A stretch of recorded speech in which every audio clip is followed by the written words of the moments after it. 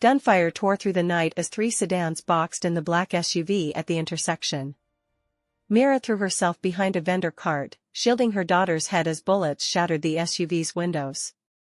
She'd been crossing the street when the ambush erupted, close enough to hear the Korean being shouted between the attackers. One gunman barked orders while another fired into the vehicle's tires. The rear door kicked open. A man in a black suit rolled out, returning fire with precision that dropped two attackers before they could reload. His movements were surgical, controlled. Mira recognized training that went beyond street thugs. Her daughter Zara whimpered against her chest. "Shoo, don't move." Mira's eyes tracked the scene. The man in the suit was outnumbered but holding position, using the vehicle as cover. More shooters were closing in from the east side. He didn't see them. Mira's pulse spiked. She'd fled this life 3 years ago when her husband's mafia connections got him killed. She'd promised herself never again. But the Korean words the attackers used weren't random Seoul dialect. They were Busan terms, specific to the Cheongryong Syndicate, the same group that murdered her husband. The man fired again, dropping another attacker. But the two approaching from behind would finish him in seconds. "Stay here." Mira pressed Zara into the corner behind the cart and grabbed a metal pipe from the vendor's supplies. She sprinted across the intersection as the gunman's attention locked on the frontal assault. She swung hard. The pipe connected with the first shooter's skull, sending him sprawling. The second one spun toward her, raising his weapon. The man in the suit pivoted faster, putting a round through the attacker's shoulder before Mira's second strike dropped him completely. Sirens wailed in the distance. The suited man's eyes met hers. Dark. Calculating. He wasn't surprised by her intervention, just assessing if she was another threat. "You speak Korean." His voice was measured despite the chaos. "You're Cheongryong." Mira kept the pipe raised. So were they. Not anymore. He holstered his weapon and moved toward his vehicle. "This doesn't concern you. Those men just tried to kill you in front of my daughter." "It concerns me." She blocked his path. "And they'll come back." Cheongryong doesn't stop at failure. He studied her with unsettling focus. "You know too much for a random bystander. My husband was Lee Jinwoo. Import operations, Lagos route." Mira watched recognition flash across his face. "They killed him when he tried to leave." "So yes, I know. Jinwoo's widow." Something shifted in his expression. Not sympathy. Calculation. "He mentioned you once. Said you were Yoruba royalty." "Mentioned me to who?" "To me. Right before I helped him fake his death." He pulled out a phone, fingers moving rapidly. "He's alive, and you just made yourself visible to the people hunting both of us. Get your daughter. You have 2 minutes before backup arrives, and they won't care about witnesses." Mira's world tilted. Jinwoo alive? 3 years of grief, of running, of rebuilding from nothing. "You're lying." Gate 7, Port Harcourt. Container marked HX9274. "That's where your husband is waiting, if he followed the extraction plan." The man opened the SUV's damaged door. "Or stay here and get killed asking questions." "Your choice." Mira ran back to Zara, scooped her up, and made the choice that would destroy everything she'd rebuilt. She got in the car. "Before we continue, can I ask you a question? Where in the world are you watching from? Comment below because we'd love to know how far these stories travel, and hit that subscribe button because there are new stories you don't want to miss. Subscribing is completely free, so click that button now." The SUV's engine roared despite the damaged tires, wobbling through back streets as more vehicles appeared behind them. The man drove with one hand while typing coordinates into his phone with the other. "Who are you?" Mira strapped Zara into the back seat, the girl's eyes wide but silent. She'd learned too young when to stay quiet. "Kang Dae-jung. I handle exits for people the Cheongryong want dead." He took a sharp turn that scraped the vehicle against a narrow alley wall. Your husband paid for protection. I provided it. Then he went dark. Why didn't you tell me? Because Jinwoo didn't want you involved. Said you'd already paid enough. Dae-jung's jaw tightened. He was supposed to send confirmation from Port Harcourt 6 months ago. Nothing came through. So he might be dead anyway. Or captured. Or turned. Dae-jung met her eyes in the rearview mirror. Either way, you just revealed yourself saving my life, which means the Cheongryong network now knows Lee Jinwoo's widow is active and combat trained. They'll connect you to me, and me to the 23 extractions I've run against them. Mira's blood went cold. I just destroyed your cover. Yes. No anger in his voice, just pragmatic assessment. Which means we run together or die separately. Port Harcourt is 18 hours by road. We'll be hunted the entire way. Zara's small voice cut through the tension. Is Daddy really alive? Mira had no answer that wouldn't be a lie. Dae-jung pulled into an abandoned warehouse district, the SUV's damaged frame finally giving out with a grinding halt. He was out immediately, scanning the perimeter with practiced efficiency. We switch vehicles. I have a cache 2 blocks north. He pulled a go-bag from the trunk, checking weapons with mechanical precision. Your daughter stays close. No running, no noise. Questions later. She has a name. Zara. Mira lifted her daughter out, registering the weight of the situation. And I'm not some refugee following orders. I need to understand what we're walking into. Dae-jung's expression hardened. You're walking into a war between Cheongryong's old guard and the new Korean African coalition trying to take control of West African operations. Your husband was the linchpin of that coalition before he ran. They want him back or dead to send a message. You just became the bait. Then we don't go to Port Harcourt. Your daughter deserves to know if her father's alive. That's not a tactical decision, it's a human one. Dae-jung started walking, forcing them to follow. Besides, the coalition has resources. If Jinwoo survived, he's protected. If he didn't, they'll know who killed him. They moved through shadows, Zara pressed between them. Mira's mind raced through scenarios, each worse than the last. She'd spent 3 years teaching herself to disappear, to blend into Lagos's complexity, to raise her daughter away from bloodlines and territory wars. One moment of action had erased all of it. The cache was hidden in a mechanic shop basement. Dae-jung disabled 3 separate security measures before revealing a garage containing 2 vehicles and enough weapons to outfit a small militia. You came prepared.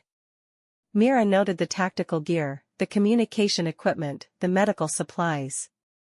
I stayed alive. Dae-jung loaded a different vehicle, a reinforced land cruiser with armor plating visible beneath the exterior panels. Jinwoo wasn't my first extraction. Won't be my last. Why do you do it? Help people leave? Because I couldn't. The answer came flat, without elaboration. We leave in 3 minutes. Use the bathroom now, eat the rations I'm packing. Sleep when I say sleep. If shooting starts, you cover Zara first, return fire second. I know how to handle combat. You know how to survive an ambush. Combat is different. It's sustained, tactical, and personal. Dae-jung checked his weapon. The people coming for us won't hesitate because you're a mother. They'll use it. Mira wanted to argue but couldn't. He was right. She'd survived her husband's world by staying hidden, not by fighting through it. Now she was in the center of something she'd spent years avoiding. The drive started quiet. Zara fell asleep within the first hour, exhausted by adrenaline crash. Mira kept watch through the windows, looking for pursuit vehicles or roadblocks. Your Korean is too good for just being married to Jinwoo. Dae-jung broke the silence after they cleared Lagos's sprawl. My father was a diplomat. I grew up in Seoul before moving back to Nigeria. Mira didn't elaborate on the rest, the complications of being Yoruba elite in a Korean social system that barely acknowledged her existence, the pressure that had driven her back to Africa where her heritage meant power instead of shame. That's why Jinwoo married you. Coalition politics. Korean bloodline connected to African royalty. Dae-jung's tone wasn't judgmental, just analytical. Smart play for someone trying to bridge two criminal networks. He loved me. The words came out defensive. He probably did. Doesn't change the strategic value. Dae-jung adjusted the mirror. We've got followers. 2 vehicles, staying 4 cars back. Professional interval. Mira spotted them immediately. Black sedans, tinted windows. How long? Since we left the warehouse. I'd been waiting to see if they'd commit. He accelerated smoothly, not enough to signal awareness but enough to open distance. They're testing response patterns. Next 10 minutes they'll either pull back or close the gap. What's the plan? Depends on what they do. If they attack, we fight through. If they follow, we lead them into terrain that favors us. Dae-jung's calm was unnerving. Either way, Zara stays down when I tell you. The sedans closed the gap. Dae-jung swore in Korean and punched the accelerator. The Land Cruiser surged forward, weaving through traffic as gunfire erupted from the pursuing vehicles. Mira twisted in her seat, pulling Zara onto the floor and covering her with her own body. Return fire, passenger side. Dae-jung called out. Mira grabbed the rifle from the center console, rolled down the window, and fired controlled bursts at the nearest sedan. The angle was terrible, the speed making accuracy nearly impossible, but she forced them to veer off, buying seconds. Bridge ahead. Dae-jung's voice carried urgency. Hold on. He took the turn onto the bridge at full speed, the Land Cruiser's weight and armor plating barely keeping traction. One sedan followed too fast and clipped the rail, spinning out in a cascade of sparks and metal. The second sedan kept coming. He's going to ram us. Mira saw it coming, the sedan accelerating to close the distance for a pit maneuver. Dae-jung hit the brakes hard, letting the sedan overshoot. The vehicle swerved past them, and Dae-jung accelerated again, this time ramming them from behind with the Land Cruiser's reinforced bumper. The sedan fishtailed, lost control, and crashed through the bridge railing into the river below. Silence except for the engine and Zara's crying. Everyone intact? Dae-jung checked mirrors. We're fine. Mira pulled Zara up, checking for injuries. Nothing but fear. How many more? Until Port Harcourt? Assume continuous. Dae-jung took an exit that led into rural routes, away from main highways. They know our destination now. They'll set up ahead. The next 12 hours blurred into tense vigilance. They switched vehicles twice more, using caches Dae-jung had positioned along the route. He drove with relentless focus, stopping only for fuel and food, always scanning for threats. Mira watched him work, noting the precision, the contingency planning, the way he evaluated every person they passed. This wasn't just survival instinct, this was someone who'd lived this life long enough to systematize it. How many people have you extracted? She asked during a brief stop. 23 before you. 26 counting you and Zara. Dae-jung handed her bottled water. All from Cheongryong or associated syndicates. All people who wanted out. Why? Because I can't get out myself. He met her eyes. My father founded Cheongryong's Korean operations in Nigeria. I was born into it. Every favor I owe, every connection I have, every skill I possess, it all comes from that bloodline. Helping others leave is the closest I get to freedom. That's why you're so good at staying alive. You're not running from them. You're operating inside their system. Until tonight, yes. You changed that. No accusation in his tone, just fact. When I helped you instead of driving away, I chose. Cheongryong doesn't tolerate choice. Now I'm burned. Guilt twisted in Mira's chest. I'm sorry. Don't be. I've been looking for a reason to burn this bridge for 5 years. You gave me one that matters.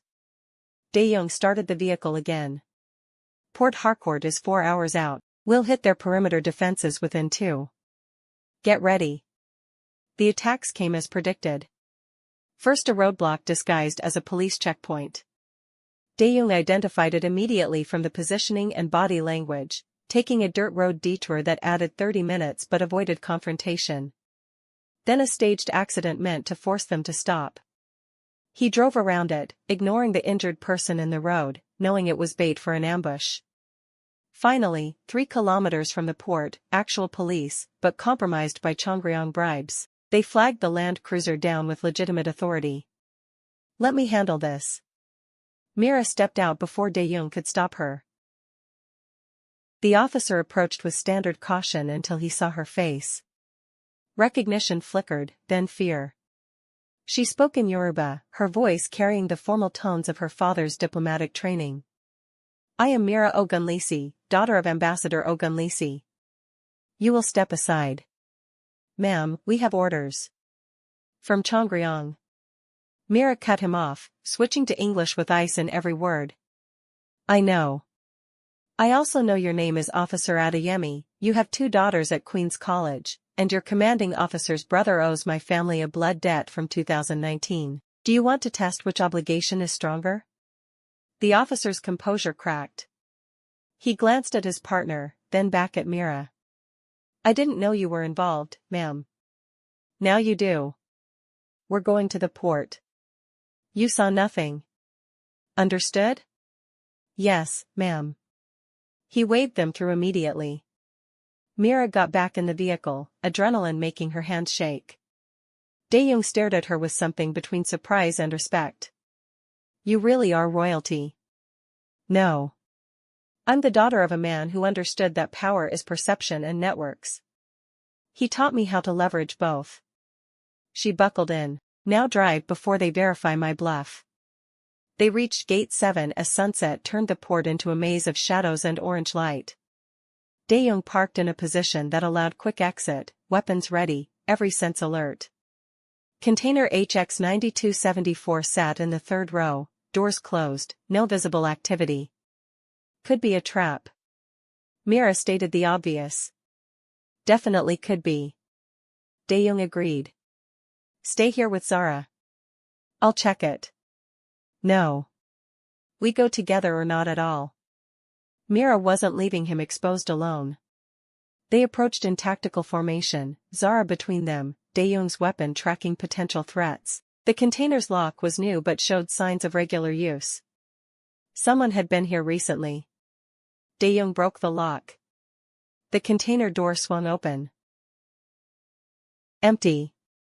Except for a smartphone sitting on a metal chair, screen glowing with an incoming call. Mira answered it. "Mira." Jin-woo's voice, unmistakable even after 3 years. "You shouldn't have come." Relief and rage collided in her chest. "You're alive." "Barely. And now you're not safe." Her husband's voice carried strain. "Dae-jung was supposed to keep you away from this." Plans changed. Mira's grip tightened on the phone.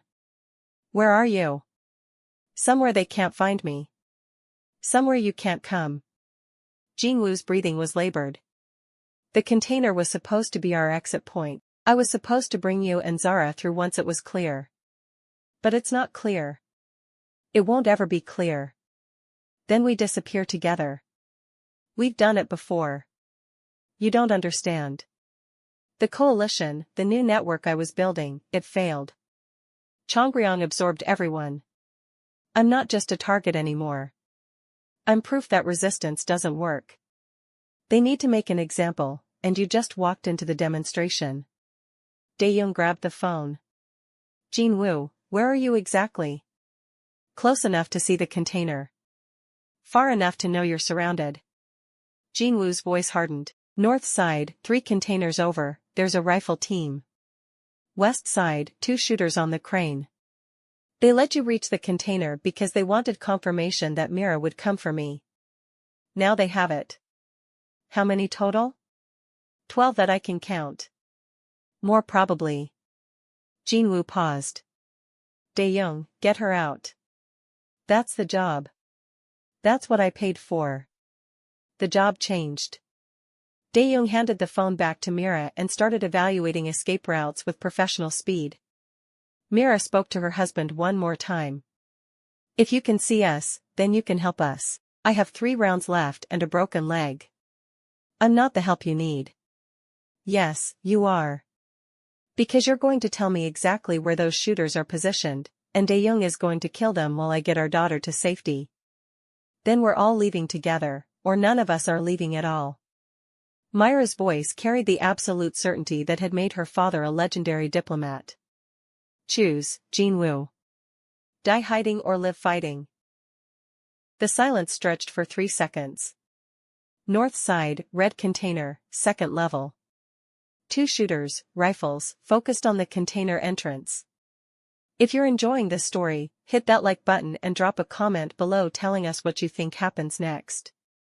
And don't forget to subscribe because we post stories like this regularly, and subscribing is completely free. Just click that button and you'll never miss an upload. The firefight erupted with surgical precision. Dae-jung moved like violence incarnate, using container angles and shadows to close distance faster than the shooters could track. His first 2 shots dropped the rifle team before they could adjust aim. Mira ran with Zara toward the extraction vehicle, but gunfire from the crane position cut them off. She dove behind a forklift, shielding her daughter while returning fire to keep the shooters pinned. West Crane, 3rd platform. Jin-woo's voice crackled through the phone speaker. 2 men, rotating positions. Dae-jung was already moving, scaling a container stack with practiced speed. He reached an angle that exposed the crane shooters and fired twice. 1 dropped immediately.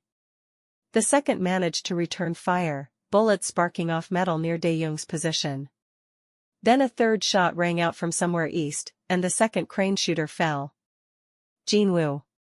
I lied about the 3 rounds, her husband's voice carried grim satisfaction. Had to save something for the important part. Where are you? Mira scanned the container yard. Stay focused. For more shooters incoming from the south gate. They're the real problem. Cheongryong elite unit. Dae-jung dropped from the container and sprinted to Mira's position. We need to move now. Elite units mean they're done playing. Jin-woo says south gate. The explosion cut her off. The container behind them erupted in flames as a rocket-propelled grenade struck home. The concussive force threw all 3 of them to the ground, Mira's ears ringing, vision swimming. Zara's scream cut through the haze. Mira forced herself up, grabbed her daughter, and ran. Dae-jung provided covering fire as more shooters emerged from the smoke and chaos. They reached the land cruiser, but the vehicle's tires had been shot out. Plan B. Dae-jung grabbed gear from the trunk, including 2 vests and another rifle. Jin-woo, we need an exit route. East side, loading dock. There's a boat. It's not much but it floats. Jin-woo's voice was strained. I'm moving to support. 2 minutes. They ran through the container maze, gunfire tracking their movement. Mira counted at least 6 different shooting positions, all coordinated, all professional. This wasn't harassment. This was extermination. The loading dock appeared through the smoke. A small speedboat bobbed in the water, exactly as described. But between them and the boat stood 4 men in tactical gear, weapons raised. Drop the weapons. The lead man shouted in Korean. Kang Dae-jung, you're under direct order from Seoul to surrender. Dae-jung didn't slow. He fired while advancing, forcing the tactical team to scatter. Mira flanked right, using containers for cover while moving Zara toward the boat. Her rifle barked twice, dropping 1 shooter who'd tried to cut them off. The lead man recovered faster than expected, his weapon tracking Dae-jung with professional precision. They exchanged fire at close range, both moving, both landing hits on body armor but nothing fatal. Then Jin-woo appeared from behind a container, limping badly but weapon raised. He fired 3 times, hitting the tactical team leader in the exposed neck area. The man went down hard. Go! Jin-woo shouted. I'll cover, but his broken leg gave out, sending him crashing to the concrete. The remaining 2 tactical team members saw their opening and advanced on him. Mira made the choice instantly. Dae-jung, get Zara to the boat. Mira. That's my husband. Go.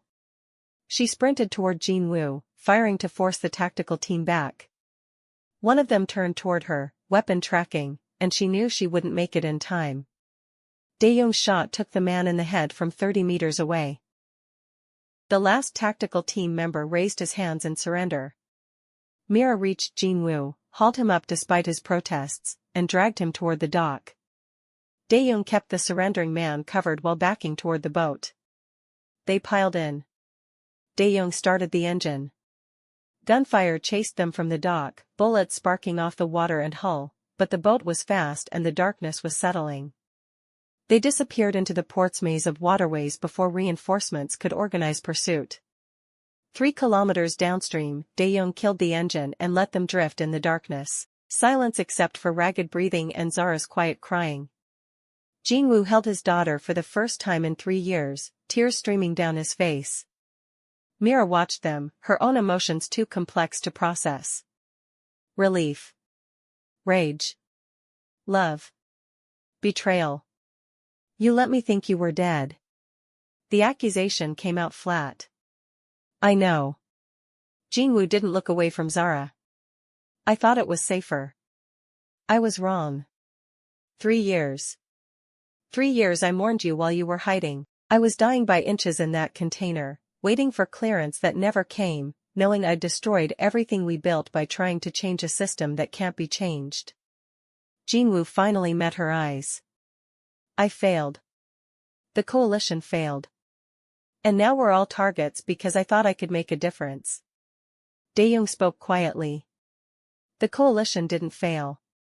It was infiltrated. Someone at the highest level sold everyone out to Cheongryong. That's why extraction routes got compromised. That's why safe houses got raided. Someone wanted the coalition destroyed from inside. You knew? Mira's voice carried danger. I suspected. Couldn't prove it. Dae-jung checked his phone, frowning at the screen. But I can now. While you two were shooting our way out, I pulled data from the tactical team leader's phone. Found communication logs. Want to guess who he was reporting to? He turned the screen toward them. The contact name made Jinwoo go pale, Ambassador Ogunlisi. Mira's father. The boat rocked gently as that revelation settled over them. Mira's entire world tilted on its axis. Her father, the diplomat, the man who'd taught her about power and networks, had been playing both sides. Using his daughter's marriage to infiltrate the coalition. Feeding intelligence to Cheongryong while positioning himself as mediator. It makes perfect sense. Jinwoo's voice was hollow. He pushed for our marriage. Encouraged my coalition building. Knew every meeting location, every key player. I thought he was supporting us. He was supporting himself. Dae-jung's tone carried cold certainty. Cheongryong probably paid him to collapse the coalition and blame it on African-Korean tensions. Perfect scapegoat, keeps Korean operations dominant, prevents any real power sharing. Mira felt like she was drowning. Every conversation with her father, every piece of advice, every warning, it had all been manipulation. He'd used her marriage, her love, her daughter, as intelligence assets. Where is he now? The question came out dead. Dae-jung checked his phone again. According to these logs, Lagos. The embassy. Under diplomatic protection. So he's untouchable. Jinwoo's fists clenched. He destroys everything, gets people killed, and walks away clean. No. Mira's voice carried something that made both men look at her with concern. He taught me that power is perception and networks. Time to use those lessons against him. She pulled out her own phone and made a call. The voice that answered was elderly but sharp. Uncle Adissa, it's Mira. I need the council assembled. Tonight. Full authority. She listened to his response. Yes, I'm invoking my father's blood debt. The one he swore when you saved his life in 1998. He owes you his position, his wealth, and his name. I'm calling it due. The conversation lasted 3 minutes. When she hung up, her expression had transformed into something cold and regal. My father's power comes from traditional authority, the respect of Yoruba elders who validate his diplomatic status. Without that validation, he's just another corrupt official. Mira met their eyes. By tomorrow morning, the council will have revoked his traditional titles and frozen his access to family networks. Cheongryong will protect someone who lost their leverage. That's brutal. Dae-jung said it with respect. That's survival. Mira corrected. He taught me that too. They reached a safe house Dae-jung maintained outside Lagos, a compound hidden in rural terrain with enough security to make assault costly. Jinwoo's leg was treated, Zara was fed and put to bed, and the three adults sat in the darkness planning next moves. Cheongryong won't stop. Jinwoo stated the obvious. Not until we're dead or no longer matter. Then we make ourselves matter differently. Dae-jung spread out printed files, intelligence he'd gathered over years of extraction operations. I have evidence on 23 families involved in Cheongryong's West African operations. Banking, trafficking, political connections. Everything needed to bring them down. Or everything needed to negotiate.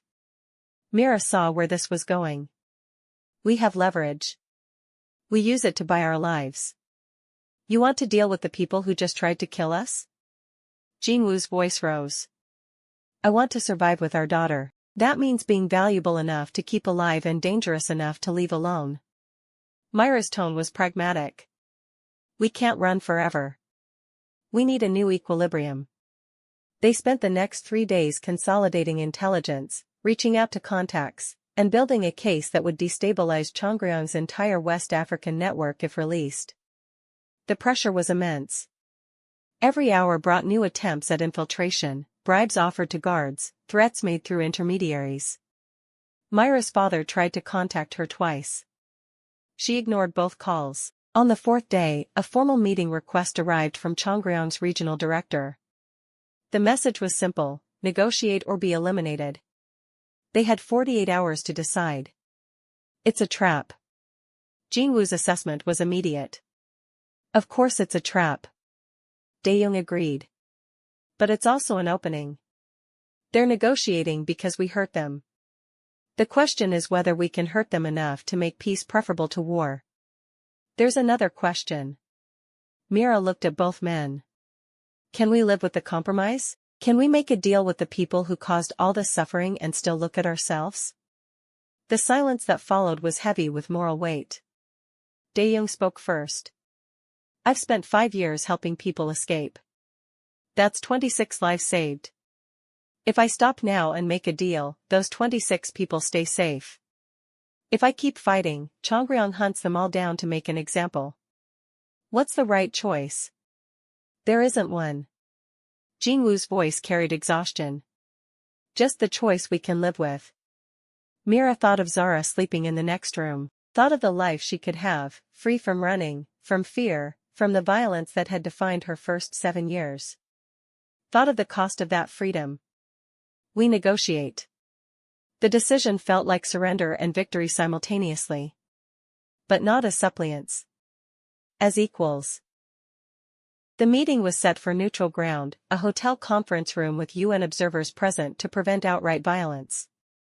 Cheongryong sent 3 representatives, the regional director, a legal advisor, and a Korean elder whose authority transcended organizational hierarchy. Mira, Jinwoo, and Dae-jung arrived with their own leverage, encrypted files ready to transmit to multiple news agencies if they didn't return safely, testimony from the 26 extracted families recorded and distributed to human rights organizations, and most critically, Mira's restored connection to Yoruba traditional authority. The negotiation lasted 6 hours. Cheongryong wanted the intelligence files destroyed. They wanted confirmation that no further extractions would occur. They wanted Jinwoo to publicly recant the coalition's goals. In exchange, they offered safety, financial compensation, and permanent departure from their operations. Not enough. Mira spoke with the formal tones her father had taught her. You're offering us survival. We're offering you legitimacy. There's a difference. The Korean elder leaned forward. Explain. The coalition failed because it tried to force change through conflict.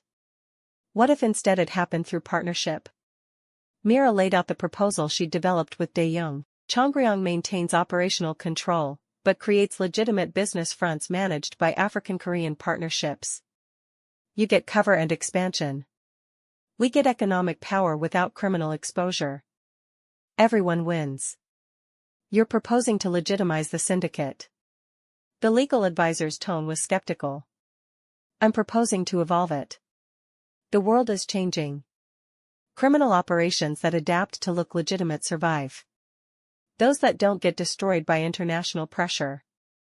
Mira met each of their eyes. You can have us as enemies or as assets. Choose. The elder studied her for a long moment. You remind me of your father. I'm better than my father. I keep my word. Mira didn't flinch. And right now, my word is that this deal is your best option. The director spoke. If we agree, the 26 extracted families? Protected under the new structure. They become employees of the legitimate fronts, with full protection. Dae-jung's voice was firm. Non-negotiable. And Jin-woo's public statement? The legal advisor pressed. Will state that the coalition evolved into a partnership model, achieving its goals through cooperation rather than conflict. Jin-woo had prepared for this. Saves face for everyone. More silence. Then the elder nodded once. We have terms. 6 months to establish the legitimate fronts. Full accounting of all extracted families and their new positions. Jin-woo's statement released within 1 week. In exchange, full safety and economic participation. The elder's gaze hardened. But if you betray this agreement, we will not be merciful. Understood. Mira extended her hand. Do we have a deal? The director shook it. We have a deal. Make sure you're subscribed to this channel because we bring you new stories every week, and subscribing is absolutely free. Just hit that button below the video. Also, drop a comment and let us know what you thought of this story. Did Mira make the right choice? We love hearing from you. They walked out of that hotel different people. Not free, but no longer hunted. Not innocent, but no longer victims. The compromise sat heavy on all of them, the knowledge that they'd made peace with an organization that had caused so much harm. Is this what winning feels like? Jin-woo asked as they drove away. No. Mira held his hand, her other arm around Zara. This is what surviving feels like. We can figure out the rest later. 3 months passed. The legitimate business fronts launched successfully, creating jobs and economic opportunities that actually helped communities while providing cover for Cheongryong's operations. The 26 extracted families integrated into the new structure with protection and employment. Mira's father lost his ambassadorship when the full extent of his corruption was revealed. He contacted her once, asking for mercy. She hung up. Dae-jung continued his work, but now openly, helping people transition from criminal operations to legitimate employment. He saved 14 more lives in those 3 months. Jin-woo rebuilt his relationship with Zara slowly, painfully, trying to make up for 3 years of absence. The wounds would take time to heal, if they ever did. And Mira learned to live with the compromise, to balance the good they were doing against the evil they were enabling. It wasn't redemption. But it was something. Your father made the same deal 20 years ago. Then spent his life trying to control both sides. Think about what that cost him. No signature. No way to trace it. Mira deleted the message and went back to dinner with her family. But the word stayed with her, a warning about what compromises with evil ultimately demanded. The price of survival might be paid slowly, over years, in pieces of yourself you didn't notice missing until nothing remained. Or maybe that was just fear talking. Time would tell which one was right. The next morning brought new problems. One of the legitimate business fronts reported irregularities, money moving in ways that didn't match the agreed structure. Dae-jung investigated and found evidence of someone inside the operation skimming funds and feeding intelligence back to Cheongryong hardliners who opposed the new arrangement. We have a saboteur. He spread the evidence across Mira's kitchen table. Someone who wants the deal to fail. Who benefits? Jinwoo's tactical mind engaged immediately. Old guard who lost power in the reorganization. New players who want to take over. Foreign competitors. Mira listed possibilities. Could be anyone. Or everyone. Dae-jung's expression darkened. Multiple factions working toward the same goal for different reasons. They spent the next week hunting the leak, tracking financial flows, interrogating associates.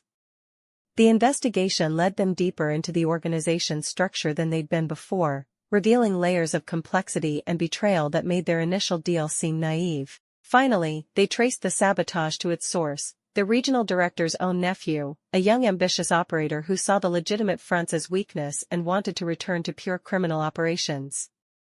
We need to handle this internally. The director's voice was cold when they presented the evidence. My family shame is my family business. Your family shame is putting all of us at risk. Mira didn't back down. The deal was that we all benefit from stability. If your nephew destroys that, everyone suffers. What do you propose? Give him to us. Let him work under Dae-jung's supervision in the extraction and transition program.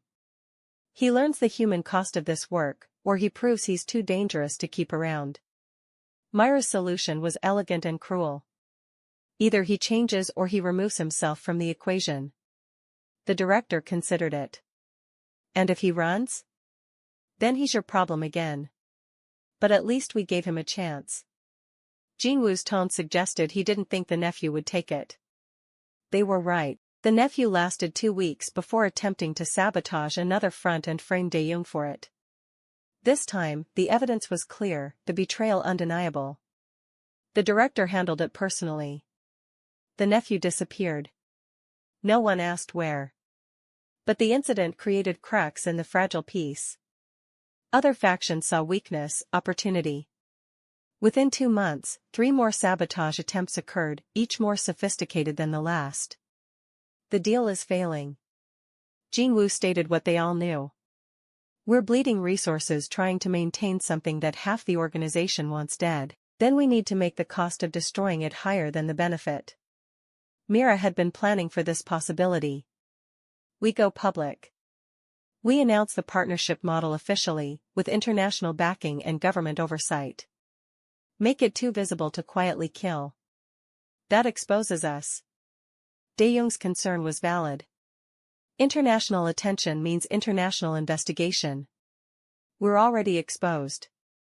This way we control the narrative. Mira pulled up documentation she'd been preparing. We frame it as corporate social responsibility, a successful integration of informal economies into legitimate structures. The governments want to look good, Cheongryong gets international legitimacy, we get protection through visibility. It's insane.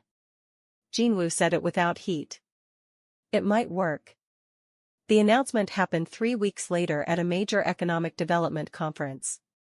Mira presented the partnership model to an audience of diplomats, business leaders, and journalists. She framed it as innovation in emerging markets, carefully avoiding any direct mention of criminal origins while making the transformation clear enough that everyone understood the subtext. The response was immediate and divided. Progressive organizations praised it as groundbreaking. Conservative groups called it legitimizing crime. Governments were cautiously supportive, seeing political advantage in claiming credit for reducing criminal activity through integration rather than enforcement. And Cheongryong, suddenly operating in international spotlight, had no choice but to continue supporting the model or face exposure. You just made us all too valuable to kill and too visible to hide. Dae-jung said after the presentation. That's brilliant and terrifying. That's survival. Mira repeated her earlier words. We keep adapting or we die. But adaptation came with costs. The international attention brought scrutiny that exposed other operations, forced changes that alienated traditional power structures, created new enemies while barely containing old ones. 6 months after going public, they'd prevented 8 assassination attempts, negotiated 4 new partnership agreements, and watched 3 different factions splinter away from Cheongryong rather than accept the new model. And through it all, Zara grew up watching her parents navigate a world where right and wrong were negotiable, where survival meant compromise, where every victory was partial and every peace was temporary. Is this the life you wanted for her? Jinwoo asked one night after another day of crisis management. No. Mira watched their daughter sleep. But it's the life we can give her. Safe enough to dream, complicated enough to understand the world's real. We're teaching her to compromise with evil. We're teaching her to survive in a world where evil has power and pretending otherwise gets you killed. Mira turned to face him. Is that wrong? Jinwoo had no answer. The next crisis came from an unexpected direction. Mira's uncle, the elder who'd helped her destroy her father's authority, requested a meeting. Private. Urgent. They met in his compound, surrounded by traditional security and family witnesses. Your father was buried yesterday. Uncle Odessa spoke without preamble. Heart attack. He died alone in a rented room with nothing. Mira felt nothing, then felt guilty about feeling nothing. You came to tell me this in person? I came to tell you this. Your father's last words were a warning. He said you'd made the same mistake he did, that you'd think you could control the corruption instead of being consumed by it. The elder's eyes were sad. He said to tell you it's not too late to walk away. From what? We've built something that works, that saves lives. That compromises everything you believe to maintain something inherently corrupt. Uncle Odessa leaned forward. Your father spent 40 years convincing himself the good outweighed the evil. Died knowing he was wrong. Don't repeat his mistake. What would you have me do? Walk away and let everything collapse? Let the 26 families we extracted get hunted down? Let Zara grow up running? I'd have you remember that survival isn't the same as living. The elder stood, signaling the meeting was over. Your father survived for 73 years. Never lived a day of it. Choose differently, child. Mira left that meeting shaken. Spent the next week questioning every decision, every compromise, every justification she'd made. Talked to Jinwoo, who admitted his own doubts. Talked to Dae-jung, who'd been living with those doubts for years. So what do we do? She finally asked them both. We set a deadline. Dae-jung's suggestion was simple. 5 years. We maintain the structure, save as many people as we can, build enough legitimate operations that they sustain themselves. Then we walk away. 5 years? Jinwoo sounded skeptical. We can extract ourselves in 5 years? We can try. Or we can accept that this is our life now and stop pretending otherwise. Dae-jung's honesty was brutal, but having an endpoint, even if we don't reach it, gives us something to work toward besides just survival. They agreed. 5 years. 3 years remained when the final crisis hit. Someone released the original intelligence files they'd used as leverage.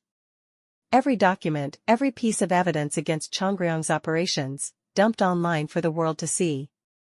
The revelation was catastrophic, exposing connections that even the partnership model couldn't legitimize, revealing violence that no amount of economic development could justify, and the release came from inside their own security system.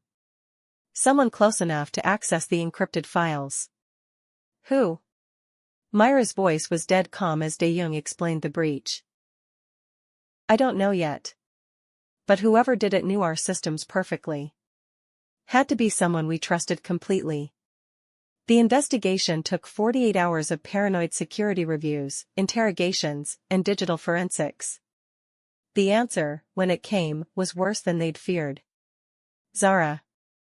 Their 13-year-old daughter had found the files while using Jinwoo's computer for homework.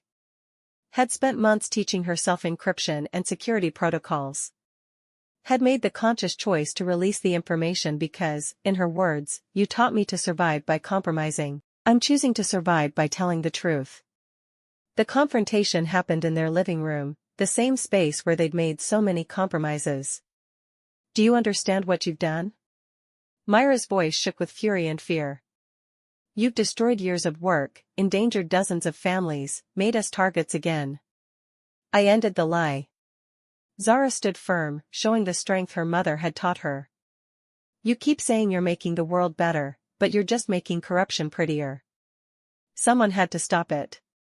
You're 13. Jinwoo's anger matched Mira's. You don't get to make choices that affect this many lives. Neither did you. Zara's response was devastating in its simplicity. But you made them anyway. You involved me by being my parents. I'm just finishing what you started. Before we wrap this up, if you've made it this far, you clearly love these intense stories.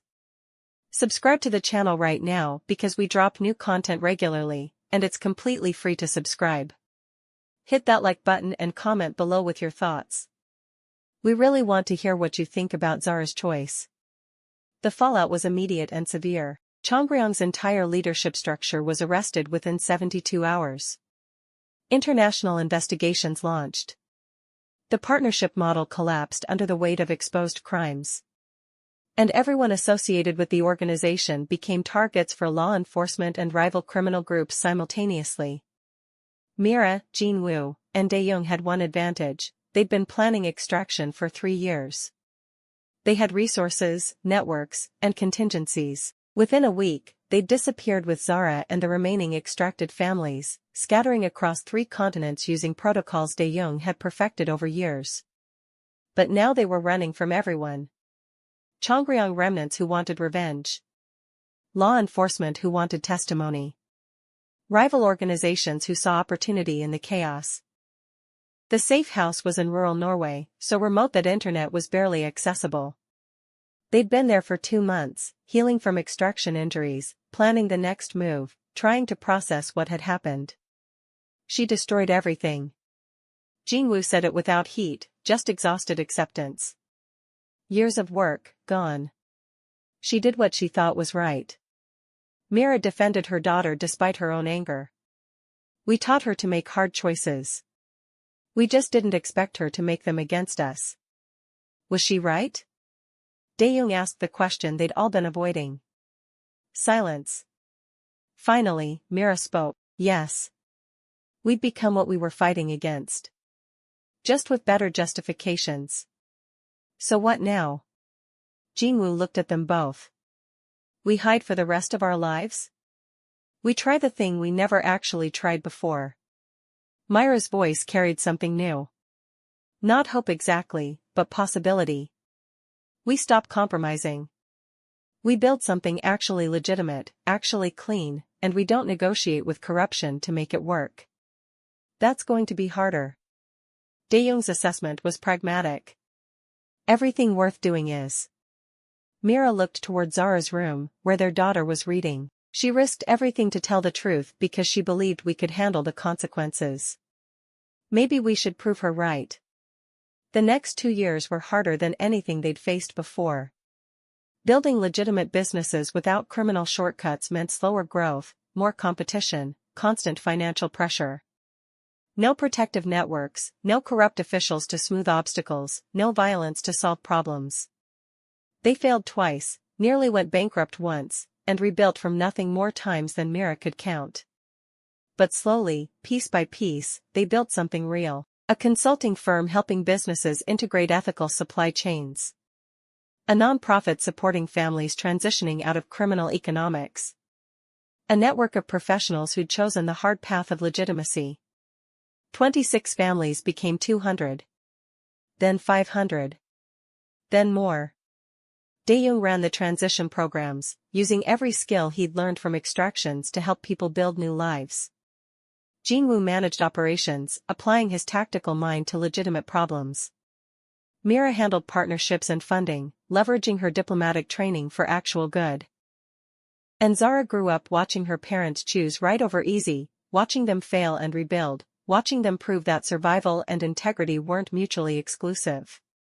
5 years after the files were released, they'd built something that worked without compromise.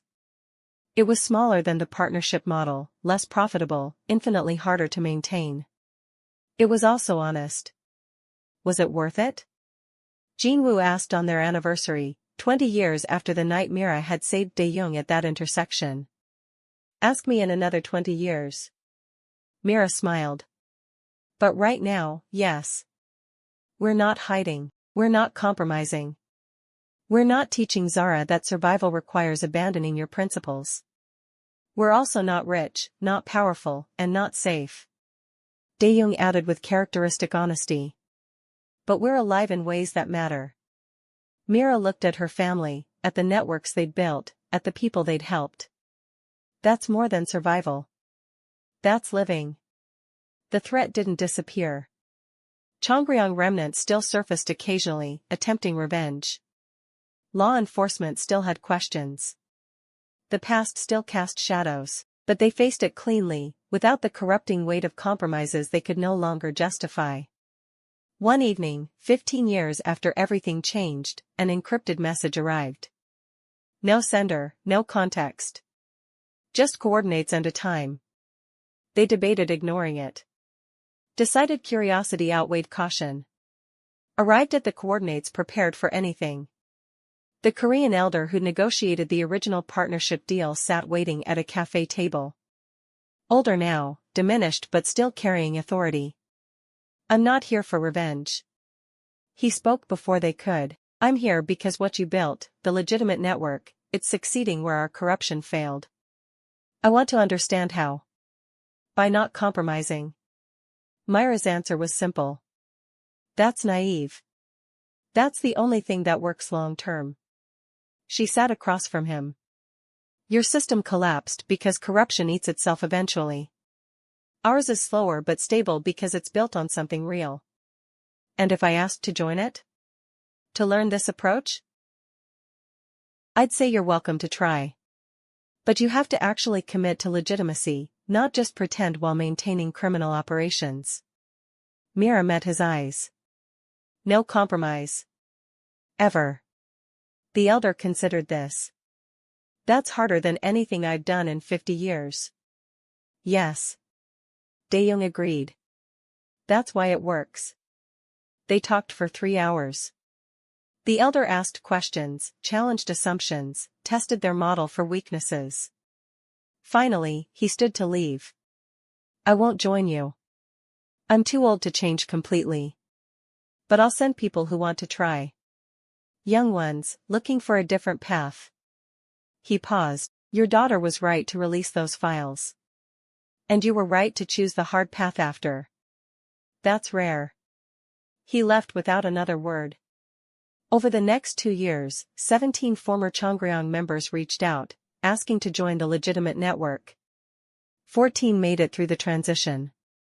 3 couldn't abandon old patterns and left. But 14 people building clean lives instead of criminal ones. 14 families choosing different futures. 14 proofs that change was possible. We're not saving the world. Jinwoo acknowledged to Mira one night. No, we're just saving the people we can reach, one choice at a time. She held his hand. Maybe that's enough. Zara, now 28, ran the European division of their nonprofit, helping hundreds of families transition annually. She'd built on her parents' foundation, expanding the model, proving that legitimacy could scale. She called one evening with news. I'm getting married. His name is Emmanuel. He's Nigerian, from a diplomatic family. His parents and I get along terribly. Mira laughed, remembering her own path. Bring him home. We'll make it work. The wedding happened in Lagos, surrounded by the networks they'd built over decades. Former criminals working legitimate jobs. Families that had escaped violence finding peace. Young people choosing paths their parents never had access to. During the reception, Mira found Dae-jung watching the celebration from the edge. You okay? She asked. Yeah. Just thinking about that night at the intersection.